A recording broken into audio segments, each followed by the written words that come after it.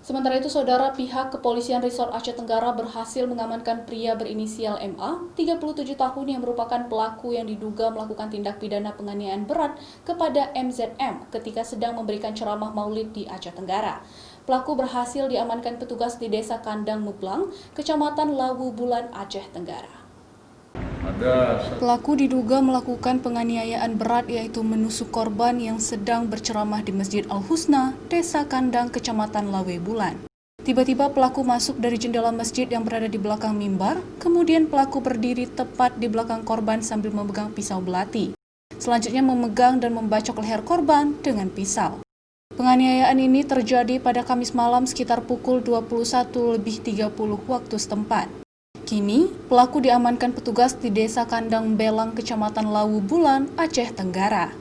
Pelaku kini telah ditahan dan menjalani pemeriksaan di Polres Aceh Tenggara.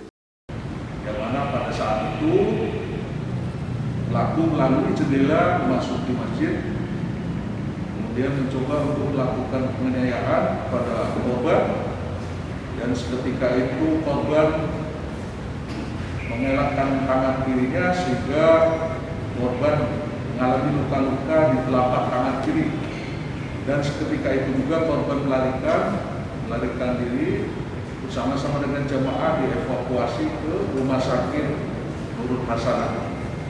Saat ini korban masih melakukan perawatan dan dijaga oleh anggota Polres Aceh Tenggara. Kemudian saat itu pelaku sempat melarikan diri, kemudian dilakukan pengejaran kurang lebih pada pukul 22.45 waktu Indonesia Barat. Kita berhasil mengamankan korban dan saat ini pelaku sedang dilakukan pemeriksaan di Polres Aceh Tenggara. Akibat peristiwa ini, korban mengalami luka gores di leher dan luka sayat di jari kelingking sebelah kiri. Jamaah yang mengikuti ceramah Maulid tersebut langsung membawa korban ke Rumah Sakit Nurul Hasanah untuk mendapatkan pertolongan medis.